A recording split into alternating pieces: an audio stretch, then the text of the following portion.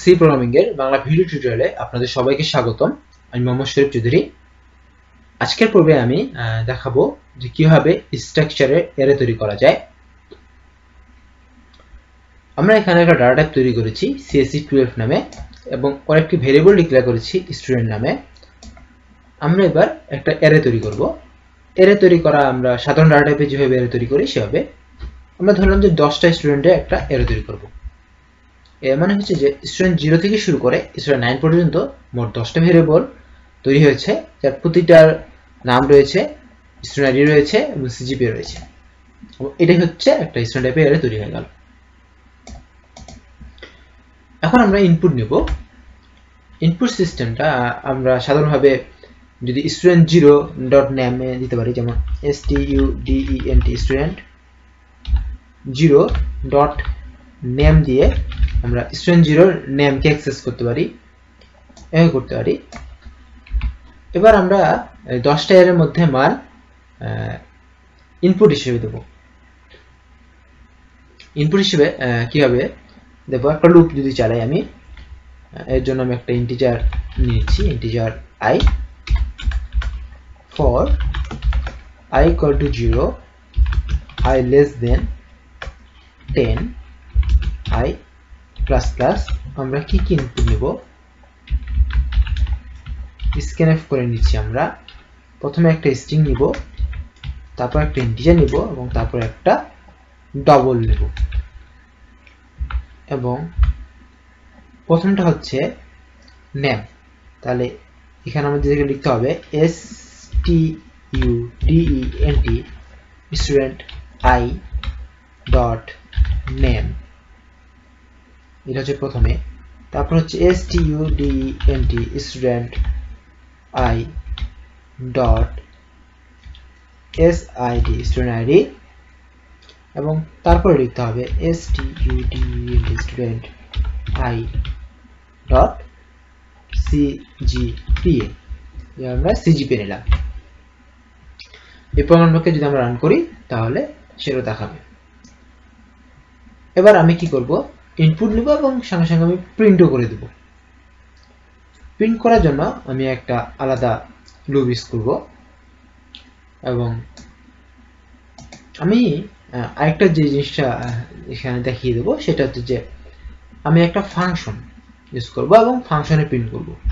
ফাংশনটার নাম দিচ্ছি আমি প্রিন্ট ফাংশন এবং সেটা হচ্ছে ভয়েড দিলাম প্রিন্ট ফাংশন। প্রিন্ট ফাংশন যদি আমি দিলাম, এই ফাংশনের কাজ হচ্ছে একটা স্ট্রাকচারটা নিবে। তাহলে আমি যদি এখানে student দিয়ে দেই তাহলে এটা করার অ্যারেটাই চলে যাবে। এবং তার আগে এখানে কি লিখতে হবে যে CSE12 এবং তার আগে যেটা লিখতে হবে সেটা হচ্ছে start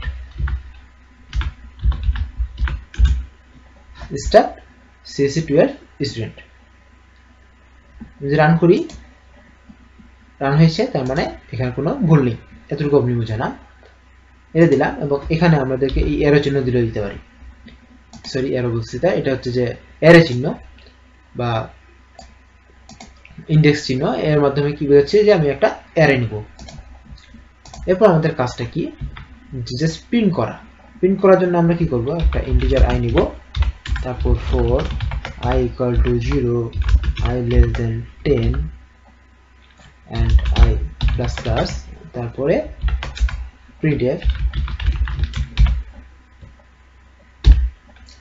student student name %s n এবং এখানে কমা দিয়ে লিখবো যে student student i dot name.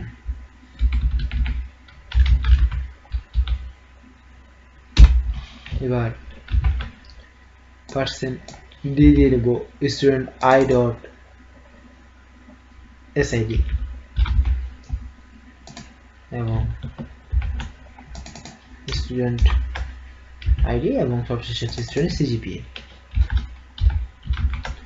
Student i dot cgpa %, LF. এর সাথে আমরা প্রিন্ট হবে, এতটুকু যাচ্ছে। এটার সাথে আমরা ইনপুট নিব এবং এটা প্রিন্ট করব। প্রিন্ট করার জন্য আমাদেরকে কি করতে হবে, জাস্ট এখানে একটা প্রিন্ট ফাংশন কল করতে হবে। দেখুন এই দুটো ব্যাপার কিন্তু আলাদা। এখানে এটা নতুন করে ডিক্লেয়ার করা হয়েছে, একই নাম হলো নতুন করে ডিক্লেয়ার করা হয়েছে। এবং এখানে আমরা কি করব, স্টুডেন্ট এটা আর্গুমেন্ট হিসেবে পাঠিয়ে দেবো। প্রোগ্রামটা যদি আমি রান করি কোনো এরর নেই, তার মানে সম্পূর্ণ প্রসেসটা ঠিক আছে। এখন আমি জাস্ট ইনপুট দেবো এবং আউটপুট দিয়ে চেক করবো যে আসলে আমাদের প্রসেসটা ঠিক হয়েছে কিনা ভুল হয়েছে। রান করলাম। এখানে 10টা প্রথমে স্ট্রিং, তারপর 10টা ইন্টিজার, 10টা ডবল ইনপুট দিতে হবে। কাজটা আমি ইনপুট এভাবে না দিয়ে একটা ফাইলের মধ্যে আমি সবগুলো লিখে রেখেছি। জাস্ট এটা কপি করব এবং জাস্ট এটা পেস্ট করব। এই দুটো নেওয়ার পরে নিচ্ছে না, তার মানে কি সমস্যা, আমি এখানে কিছু সমস্যা করেছি। সমস্যাটা কি, এম্পারসেন্ট সমস্যা করেছি। এখানে দিতে হবে না, এবং যেটা হচ্ছে যে স্টুডেন্ট সিজিপি এর আগে এম্পারসেন্ট দিতে হবে, কারণ এগুলো হচ্ছে ইন্টিজার, এম্পারসেন্ট দিতে হবে। সো আমি আবার এটাকে রান করব। রান করতে কপি করাই ছিল, পেস্ট করলাম, সবগুলো চলে আসছে। এবার আমি এন্টার চাপলাম, দেখুন সবগুলো নাম আবার প্রিন্ট করে ফেলেছে। স্টুডেন্ট নেম মিম, স্টুডেন্ট আইডি, স্টুডেন্ট এটা। সো এখানে আমি যদি এখন %.2 দেই, তার মানে সবগুলো মান স্টোর হয়েছে। রান করলাম। এরপর আমি এখানে এডিট চাপে পেস্ট,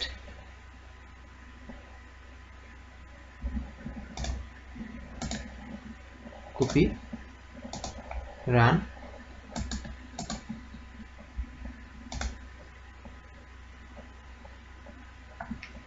কোনো সমস্যা হচ্ছে